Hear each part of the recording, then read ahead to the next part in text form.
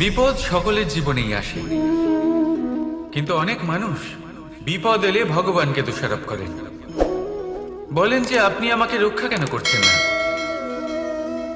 আপনার প্রতি আমার মনে অপার ভক্তি, সর্বদা আপনার জপ করি, তাও আপনি না আমাকে এই বিপদ মুক্ত হওয়ার কোনো পথ দেখাচ্ছেন, না এই বিপদ থেকে আমাকে বের করছেন। এবার এটা হলো আপনার ভাবনা, আপনার দৃষ্টিভঙ্গি।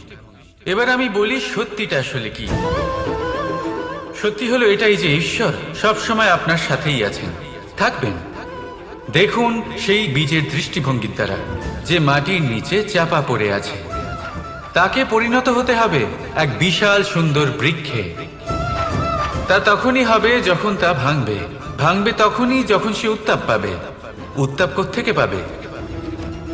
সূর্যের তাপ থেকে।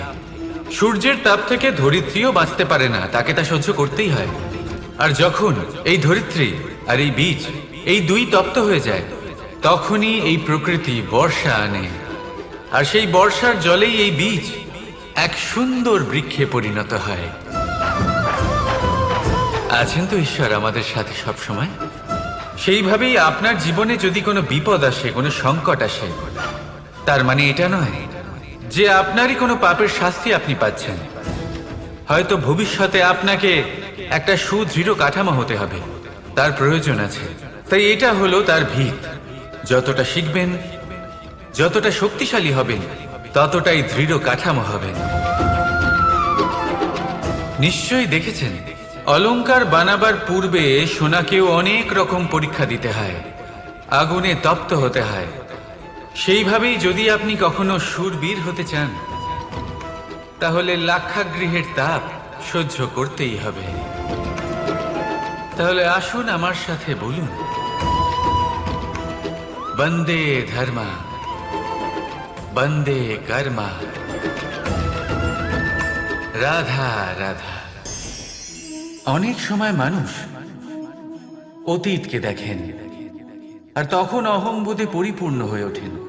কখনো বর্তমানের দিকে তাকান, ভবিষ্যতের দিকে তাকান আর পরিতৃপ্তিতে ভরে ওঠেন। কেন বুঝতে পারেন না একটা সহজ কথা? এই যে সৃষ্টি, এই সৃষ্টি হলো একটা বড় চক্র, যা বারংবার আপনার কাছে ফিরে আসবেই। কঠিন থেকে কঠিনতর পরীক্ষায় আপনাকে নিযুক্ত করবে, যাতে আপনাকে উত্তীর্ণ হতেই হবে। যা কাল ছিল তা আজ নেই, এটা সবাই জানেন। যা আজ আছে তা হয়তো কাল থাকবে না, এটাও আপনাকে মেনে নিতে হবে, তাও আবার হাসি মুখে। শান্ত থাকতে শিখুন আর কখনো এই মনের মধ্যে অহংকার উৎপন্ন হতে দেবেন না। হতে শিখুন সেই হিমবাহের মতো। হয়তো এই জন্যই এত শীতল থাকে, কারণ ও জানে গতকালও জল রূপে ছিল, আজ বরফ রূপে হয়তো আছে, কিন্তু কাল পুনরায় সে জলেই পরিণত হবে। নিজেকে শান্ত রাখুন। হয়তো আজ আপনি সাফল্যের শিখরে আছেন, হয়তো বা নেই। আপনাকে প্রত্যেক দিন অবশ্যই দেখতে হবে। শুধু নিরন্তর প্রচেষ্টা করতে থাকুন, প্রত্যেক পরিস্থিতির জন্য তৈরি থাকুন, আর একে ভারসাম্যে রাখতে শিখুন। আপনার কাল হোক, আজ হোক বা আগামীকাল, আপনার ভালো দিন হোক বা খারাপ দিন, সব পবিত্র হয়ে যাবে। তাহলে আসুন আর আমার সাথে ভালোবেসে বলুন, রাধা। অন্ধকারাচ্ছন্ন রাত্রি যদি এসে থাকে, তাহলে আলোকিত প্রকাশ নিয়ে সূর্যও অবশ্যই আসে।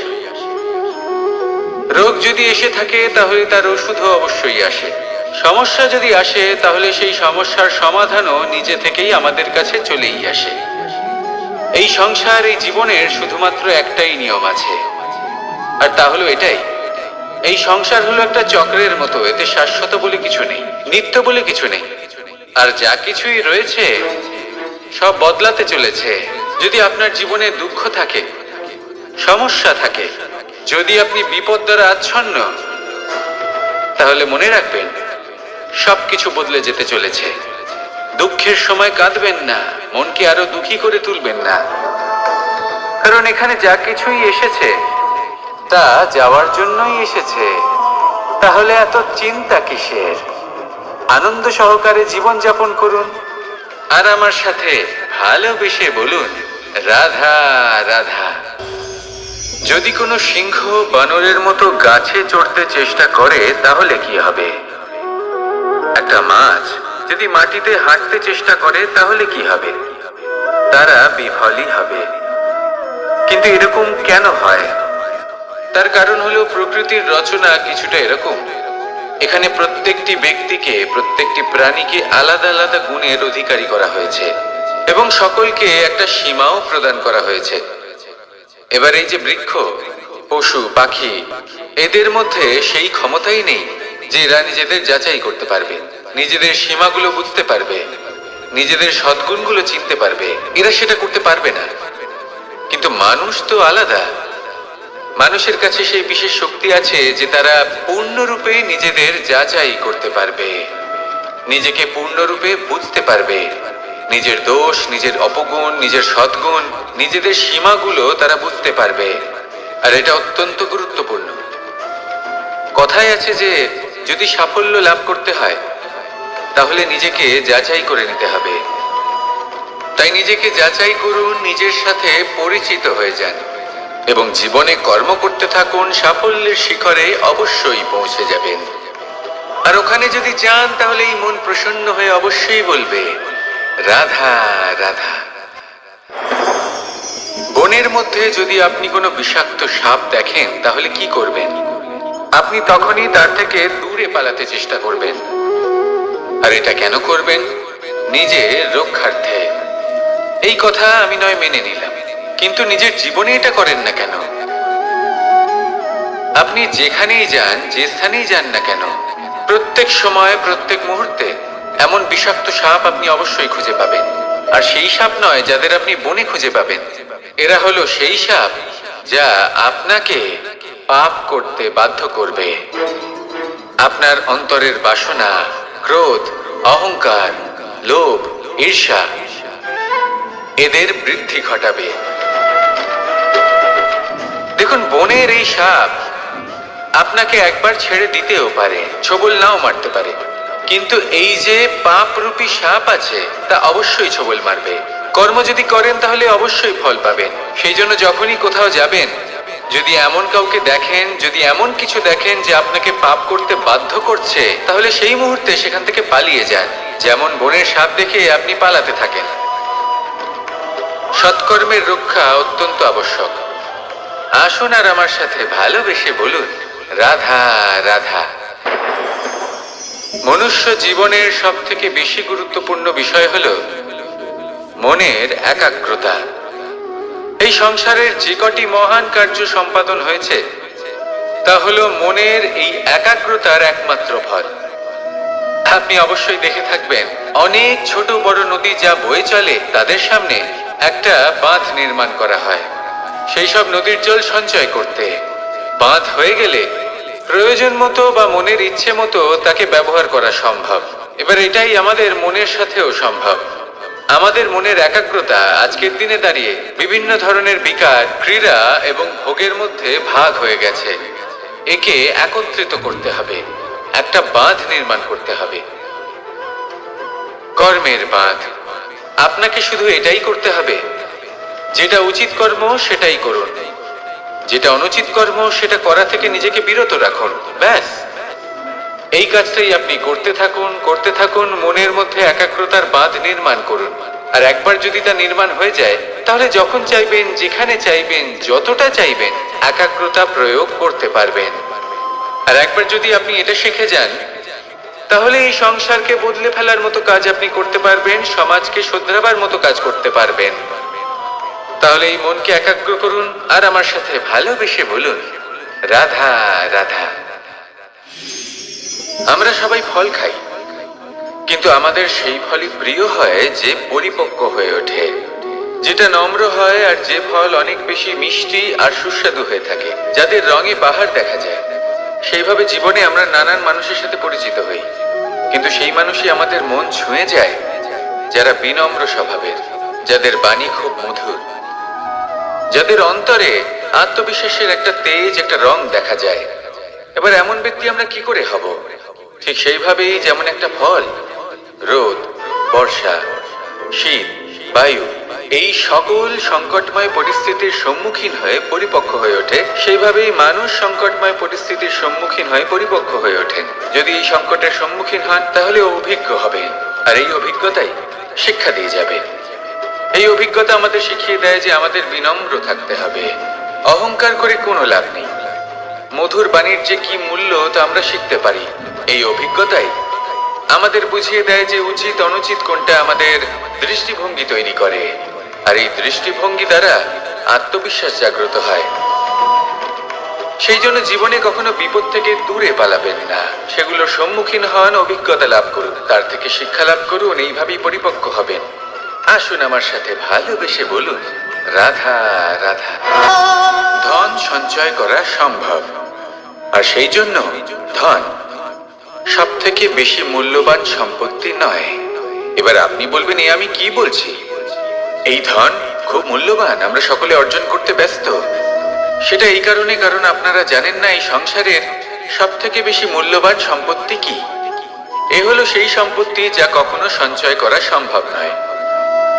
আপনার কাছে যতই ধন থাকুক তা দিয়ে আপনি স্বাস্থ্য লাভ করতে পারেন, বাড়ি কিনতে পারেন, আদি ইত্যাদি, কিন্তু আপনি যতই ধনী হন না কেন, ফেলে আসা দিনের একটা মুহূর্ত আপনি লাভ করতে পারবেন না। এই একটা মুহূর্ত, এই সময়, এটাই হলো সংসারের সব থেকে মূল্যবান সম্পত্তি। একবার চলে গেলে তা কখনোই ফিরে আসে না।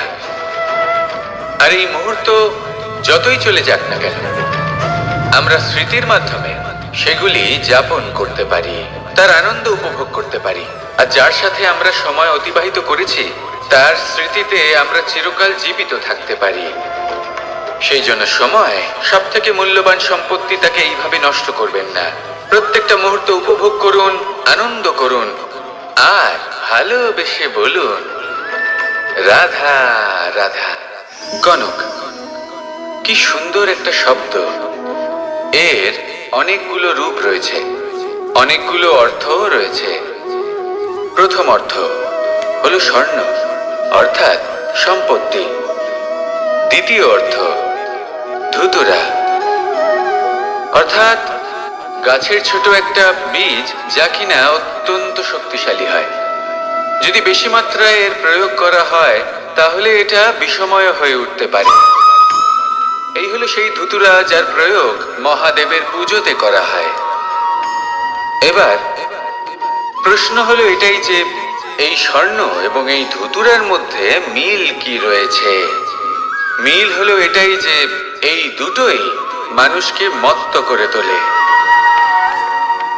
ধুতুরা মানুষকে তখন মত্ত করে যখন তাকে সেবন করা হয়, কিন্তু স্বর্ণ, ধন, সম্পত্তি, মানুষ এটা যতটাই অর্জন করে নেয় সেটাই যথেষ্ট। এই স্বর্ণ মানুষের ভাবনা চিন্তা করার ক্ষমতাকে বশ করে ফেলে। মানুষ সম্পত্তির লোভে মত্ত হয়ে ওঠে, কারণ যে যত চমৎকারী, যতটা অমূল্য হয় তাকে সামলানো কিন্তু ততটাই কঠিন, তাই না? তাই মনে রাখবেন, ধন, স্বর্ণ, সম্পত্তি এগুলো ধুতুরার থেকেও অনেক বেশি বিষাক্ত হতে পারে। তাই এর ওপর আত্মসংযমের একটা কবচ পরিয়ে রাখবেন এবং বিবেকের শক্তির সাথে এগুলো প্রয়োগ করুন, তবেই কল্যাণ হবে। আসুন আমার সাথে ভালোবেসে বলুন, রাধা রাধা। মানুষের জীবনে তিনটি গুণ অত্যন্ত প্রয়োজনীয়: শ্রদ্ধা, বিনম্রতা, যোগ্যতা। যদি জ্ঞান লাভ করতে চান তাহলে শ্রদ্ধার প্রয়োজন, যদি মান লাভ করতে চান তাহলে স্বভাবে বিনম্র হওয়া প্রয়োজন, আর যদি মনোবাঞ্ছিত স্থান লাভ করতে চান তাহলে যোগ্যতার প্রয়োজন। বিষয়টা সহজ।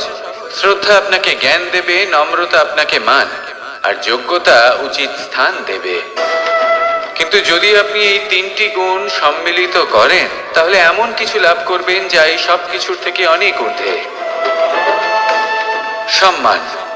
আর এ হলো সেই সম্মান যা প্রত্যেক মানুষের নিজের জীবনে লাভ করতে চেষ্টা করা উচিত, কারণ এই হলো সেই সম্মান যার কারণে আপনি চলে যাওয়ার পরেও এই সংসার আপনাকে ভালোবাসবে আর মনে রাখবে। আসুন আমার সাথে ভালোবেসে বলুন, রাধা রাধা। জীবনে গতি অত্যন্ত গুরুত্বপূর্ণ, মতিও হলো গুরুত্বপূর্ণ, এবং তার থেকেও বেশি গুরুত্বপূর্ণ হলো সঙ্গতি। একটা জলের ফোঁটা, তার মধ্যে গতি থাকে, প্রকৃতির মধ্যে তা লাভ করার ইচ্ছে নিহিত থাকে, কিন্তু এই যে সঙ্গতি তা নির্ধারিত করে যে এই জলের ফোঁটা ঝিনুকের মুখে পড়ে মুক্ততে পরিণত হবে নাকি বিষাক্ত সাপের মুখে পড়ে বিষে পরিণত হবে। এবার দেখুন, এই জঞ্জাল স্বর্ণকারের দোকানের সামনেও থাকে এবং জঞ্জাল একজন ব্যবসাদারের দোকানেও থাকে, কিন্তু জঞ্জাল যা স্বর্ণকারের দোকানে থাকে তা ব্যবসাদারের দোকানের জঞ্জালের থেকে অনেক বেশি মূল্যবান, কারণ তার মধ্যে সোনার কণার সঙ্গতি থাকে। সেই জন্য জীবনে সঙ্গতির ওপর বিশেষ গুরুত্ব দেবেন। যেমন সঙ্গতি তেমনই আপনি হবেন। আসুন আমার সাথে ভালোবেসে বলুন, রাধা রাধা। প্রত্যেক প্রাণী ভালোভাবে জীবন যাপন করতে চান, এটা তাদের স্বভাবে আছে এবং ভাবাটা অনুচিত নয়।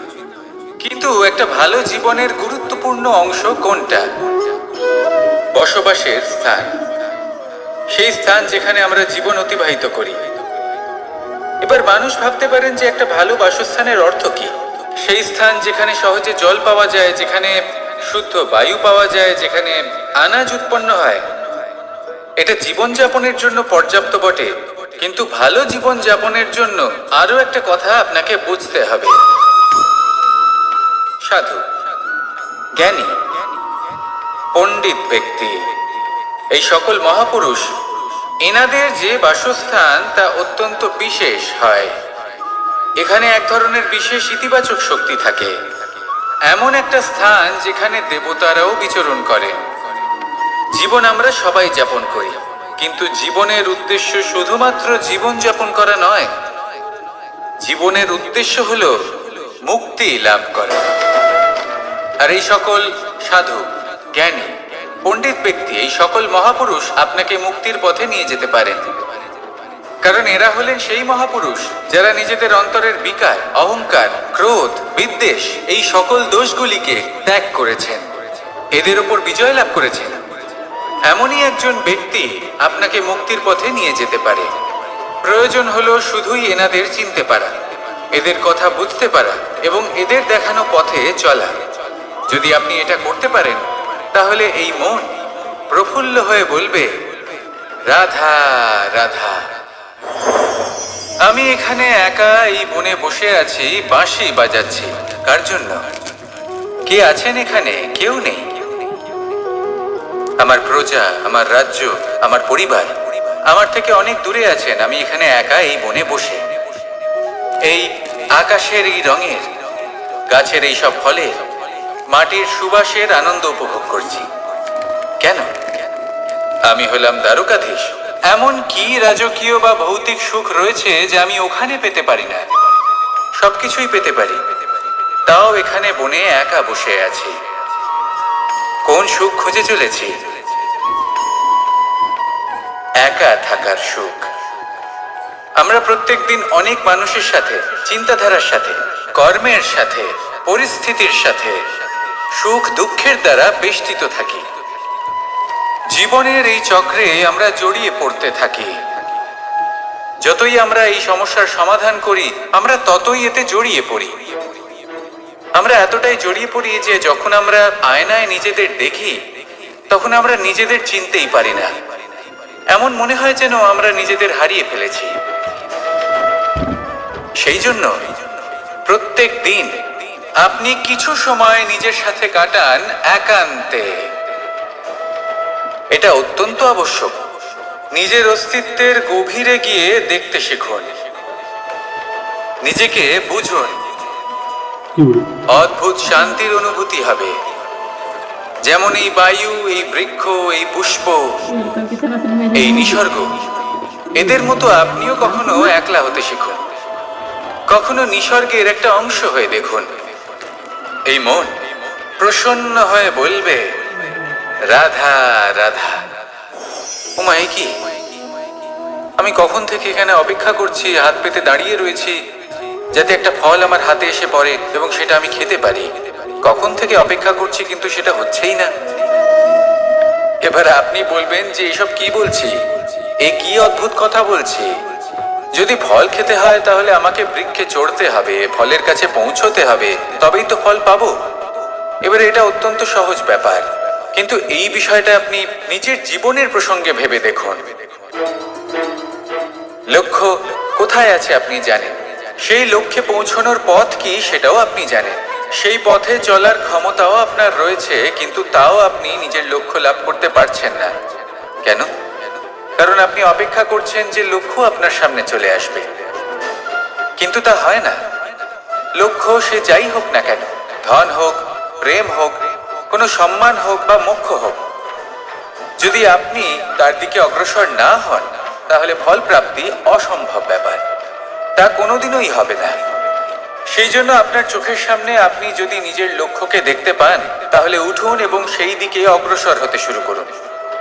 নিজের অন্তরের সকল অশুভ গুণ দূর করুন, অলসতা ত্যাগ করুন, অজ্ঞানতা ত্যাগ করে দিন এবং চলতে থাকুন। অবশ্যই মনোবাঞ্ছিত ফল লাভ করতে পারবেন। মনে রাখবেন, চলতে থাকলে তবেই লক্ষ্য প্রাপ্তি হবে। অপেক্ষার দ্বারা শুধুমাত্র মৃত্যু লাভ হবে। আসুন আমার সাথে ভালোবেসে বলুন, রাধা রাধা। আমি দ্বারকাধীশ এবং আমার সভাতে বিভিন্ন সময় বিভিন্ন ধরনের মানুষ আসেন, নিজেদের দাবি নিয়ে, নিজেদের ইচ্ছে নিয়ে। কখনো কেউ ভোজন চান, আবার কখনো কেউ ওষুধ, কখনো কেউ বস্তু চান, কেউ আবার চান বস্ত্র। কারোর জ্ঞান চাই, কারোর ধন চাই, আবার কারোর বাসস্থান। অনেক সময় আমি এই অনুরোধ, এই ইচ্ছে পূর্ণ করি না। এবার আপনি এটা ভাবতেই পারেন যে কৃষ্ণ তো তাহলে লোভী, ওর কাছে তো সবকিছুই রয়েছে, তারপরেও সে নিজের প্রজার ইচ্ছে পূর্ণ করে না, তাদের সমস্যাগুলি বুঝতে পারে না, তাদের সুখ স্বাচ্ছন্দ্য প্রদান করে না। আসল সত্য হলো এটাই যে কোনো সবল ব্যক্তি, যে কোনো গৃহস্থ ব্যক্তি যে কাজ করতে সক্ষম, তার পরিশ্রম দ্বারাই নিজের প্রয়োজনগুলি এবং ইচ্ছেগুলি পূরণ করা উচিত। এটা অত্যন্ত প্রয়োজনীয়, আর এগুলো তিনি করতে পারেন শিল্প, ব্যবসা, আচরণ অথবা জ্ঞানের ভিত্তিতে। এই পথে চলতে হবে, পরিশ্রম করতে হবে, তবেই সে কিছু অর্জন করতে পারবে। এবার এমন কোনো ব্যক্তি যার এই সব কিছুতে কোনো রুচি নেই, যে কিছুই করতে চায় না, সে কিছুই অর্জন করতে পারবে না। এবার এরকম কোনো ব্যক্তিকে যদি আমি কোনো বস্তু প্রদান করি তাহলে কি হবে? সে পরাধীন হয়ে যাবে, আর সেটা উচিত হবে না।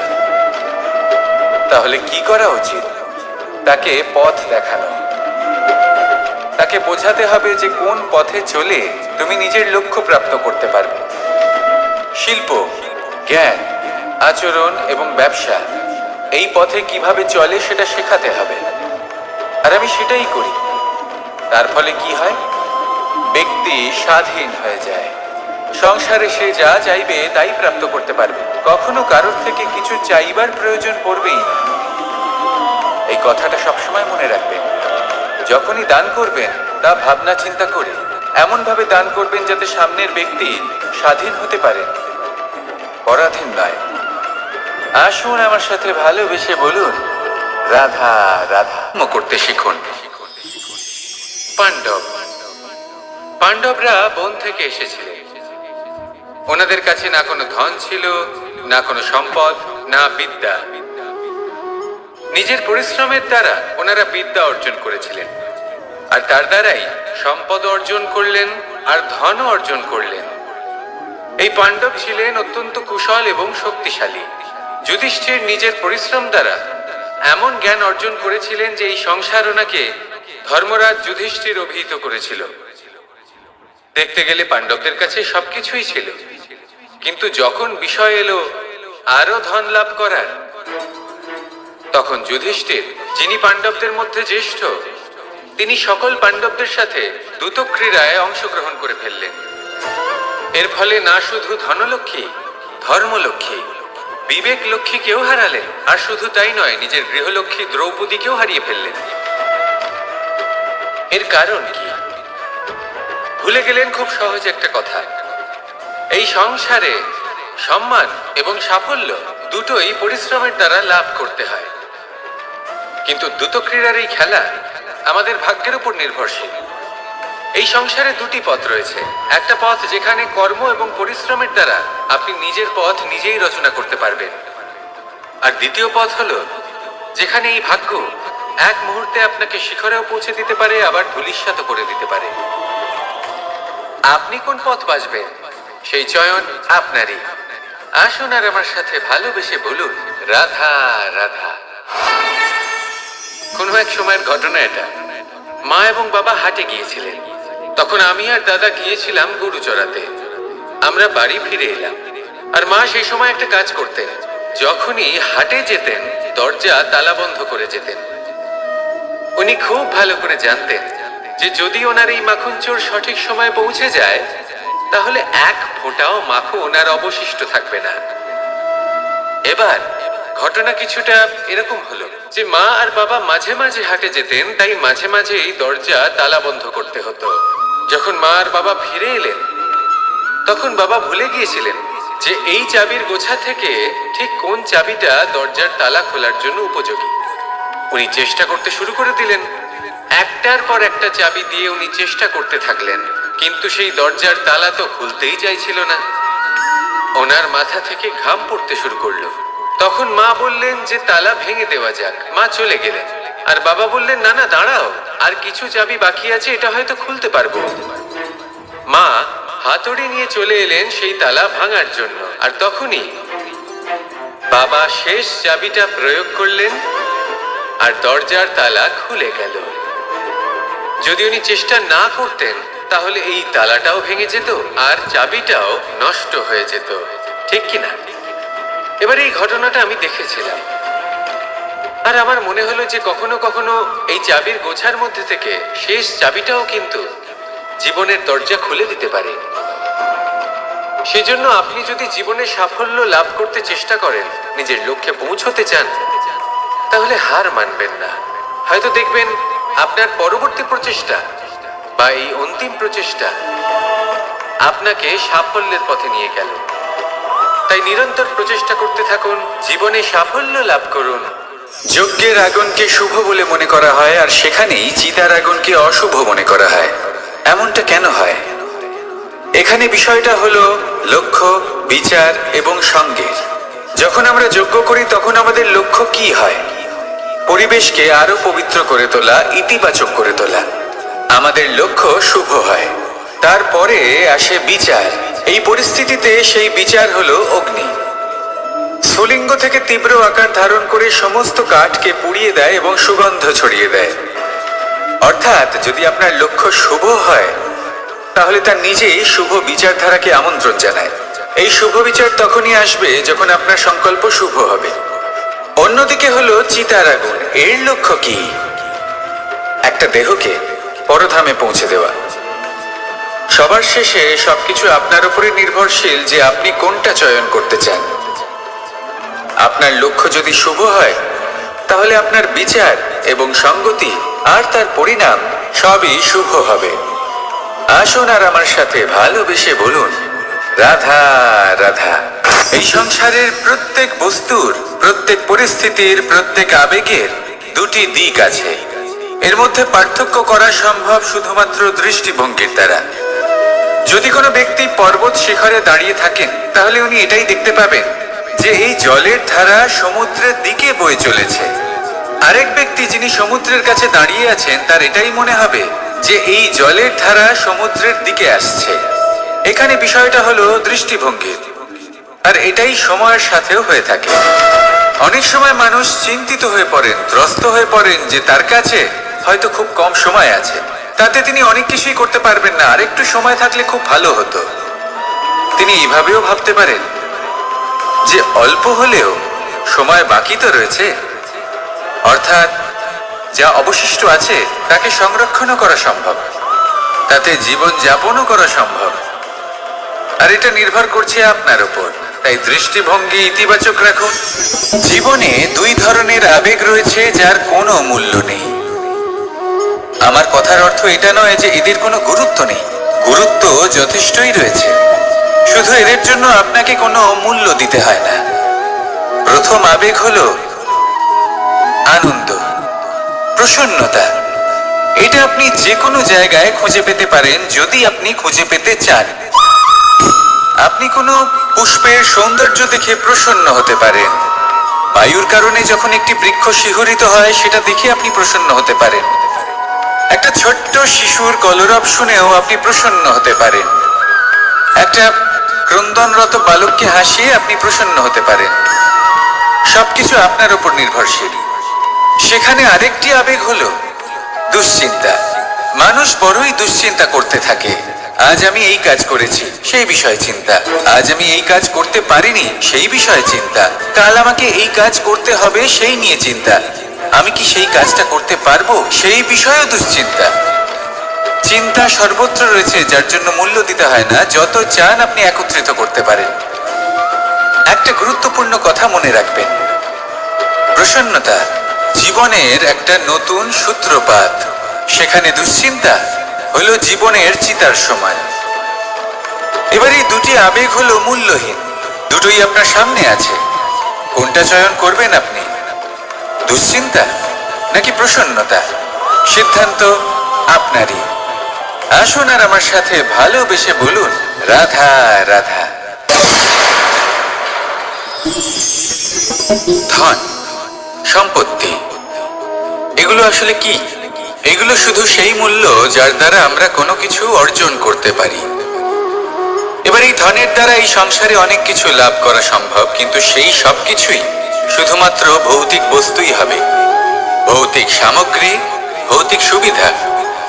অর্থাৎ আপনার কাছে যতই ধন থাকুক, তা আপনাকে শান্তির ঘুম এনে দিতে পারবে না। আপনাকে জীবনের বাস্তব সুখের অনুভূতি লাভ করাতে পারবে না, কারণ এগুলো ভৌতিক ধন। এই ভৌতিক বস্তুই অর্জন করাতে সক্ষম। বাস্তবিক ধন কি? যদি এই প্রশ্ন আপনার মনে আসে, তাহলে তার উত্তর আমি আপনাকে দেব একটা উদাহরণের মাধ্যমে। কখনো আপনি শুনে থাকবেন যে একজন পিতা আজীবন অনিষ্ট করেন, অনর্থ করেন, খারাপ কাজ করেন শুধু ধন অর্জনের জন্য। তিনি ভাবেন যে আমি ধন অর্জন করব আর নিজের সন্তানকে একটা উজ্জ্বল ভবিষ্যৎ প্রদান করব, একটা সুখ স্বাচ্ছন্দ্যময় জীবন দান করব। এবার সন্তান যখন জন্ম লাভ করে, তখন সে ভাগ্যের জোরে সেই ধন ভোগ করে। যেরকম সে পায় সেরকমই তার ব্যবহার সে করে। কখনো আপনি এটাও দেখে থাকবেন যে সেই সন্তান সমস্ত ধন নষ্ট করে ফেলে, আর সেই পিতা যিনি সমস্ত ধন সঞ্চয় করেছেন, যিনি সেই ধনের প্রভু, আজ সেই ধনের প্রহরী হয়ে রয়েছেন। এবার এরকম কেন হয়? এরকম তখনই হয় যখন সেই পিতা বুঝতেই পারেন না যে তার জীবনের আসল ধন কি। সেই আসল ধন তার সন্তানকে সে দিতেই পারে না। যদি পিতা তার সন্তানকে কর্মের জ্ঞান দিতে পারেন, উচিত কোনটা অনুচিত কোনটা সেই শিক্ষা দিতে পারেন, সংস্কারের প্রকৃত শিক্ষা দিতে পারেন, তবে সেটা ধনের থেকে অনেক বেশি গুরুত্বপূর্ণ। এটাই হলো জীবনের বাস্তব ধন। আপনি সেই কথা তো অবশ্যই শুনে থাকবেন, কুসন্তান হলে ধন সঞ্চয় করে কি হবে, সুসন্তান হলে ধন সঞ্চয় করে কি হবে। সন্তান যদি কুপুত্র হয় তাহলে সব নষ্ট করে ফেলবে, আর সন্তান যদি সুপুত্র হয় তাহলে ধন থাকুক না থাকুক, সে নিজেই কর্মের পথে অগ্রসর হয়ে ধন অর্জন করবে আর নিজের জন্য এক উজ্জ্বল ভবিষ্যৎ গড়ে তুলবে। তাই সন্তানকে সম্পদ দেওয়ার আগে কর্মের জ্ঞান দান করুন, সুশিক্ষা দিন, কারণ এটাই হলো জীবনের প্রকৃত ধন। আসুন আর আমার সাথে ভালোবেসে বলুন, রাধা রাধা। একবার একটা শেয়াল বনে বিচরণ করছিল। ও একটা ছোট্ট শাবক দেখতে পেল। ও ভাবলো, আজ একেই আমি খাবার হিসেবে গ্রহণ করব। আশেপাশে দেখলো কেউ দেখছে না তো, কেউ ছিল না, আর সেই শাবকের উপর আক্রমণ করল, যা হলো একটা ঘোর অপরাধ। বনের নিয়ম অনুসারে আপনি কখনোই শাবকের উপর আক্রমণ করতে পারেন না। তারপর এই খবরটা যখন রাজা সিংহ জানতে পারলেন, সভার আয়োজন করলেন। কিন্তু সেখানে শেয়াল বলল, আমি তো এরকম কিছু করিনি। কিন্তু যদি আপনি এরকম বলেন, কোনো প্রমাণ দিন, এর কোনো সাক্ষী আছে? তখন রাজা সিংহ প্যাঁচাকে ডেকে পাঠালেন, যে সেই মুহূর্তে বৃক্ষের শাখার উপর বসেছিল। সে সব কিছু দেখেছিল। প্যাঁচা সব সত্যি কথা বলল, আর শেয়ালকে মৃত্যুদণ্ড দেয়া হলো। এবার এই কাহিনী আমি আপনাকে কেন শোনালাম? কারণ মানুষও কখনো কখনো এরকম কর্ম করেন যা শিয়াল করেছে। এটা ভাবেন কেউ দেখছে না, যখন আমি অনুচিত কর্ম করতেই পারি। কিন্তু না, আপনি যাই করুন না কেন, কেউ না কেউ অবশ্যই তা দেখছে। কোনো ব্যক্তি না হলেও কোনো প্রাণী, না হলে কোনো যক্ষ বা দেব বা প্রেত। যদি এনারা কেউ না দেখেন, তাহলে ধরিত্রী মাতা দেখেন, যেখানে দাঁড়িয়ে আপনি সেই কর্ম করছেন, তাই না? তাই একটা কথা সবসময় মনে রাখবেন, কে দেখছেন কে দেখছেন না সেই বিষয়ে ভাবা ছেড়ে দিন।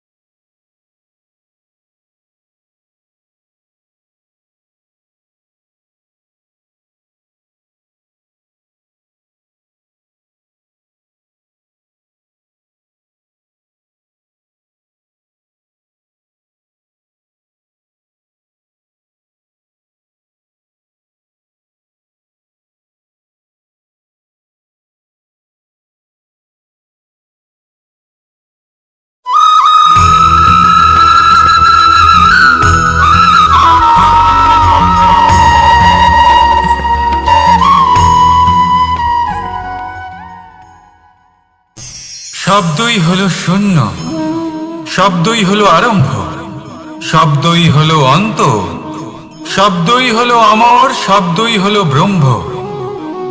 এই শব্দ হলো অত্যন্ত বিশেষ।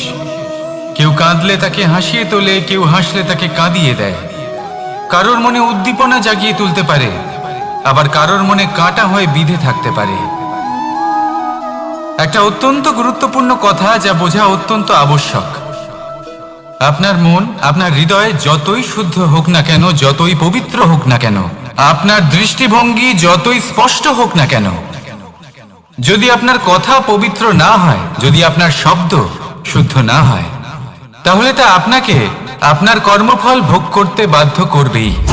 একটা সহজ উদাহরণ দিই। আপনার জীবনে এমন কেউ অবশ্যই থাকবেন যাকে আপনি পছন্দ করেন না, যিনি হয়তো অধর্মী মানুষ, যিনি হয়তো দুর্বুদ্ধি সম্পন্ন মানুষ, কিন্তু তার জন্য অপশব্দ প্রয়োগ করলে তার মধ্যে কোনো পরিবর্তন আসবে না, তার মানসিকতা বদলাবে না, শুধু মনে প্রতিশোধ স্পৃহা জেগে উঠবে, মনে হিংসা জাগবে, আর কিচ্ছু নয়। সেই জন্য নিজের শব্দকে নিয়ন্ত্রণ করুন, নিজের কথা সংযত করুন। শ্রেষ্ঠ থেকে শ্রেষ্ঠতর মানুষকেও সাবধানী হতে হবে।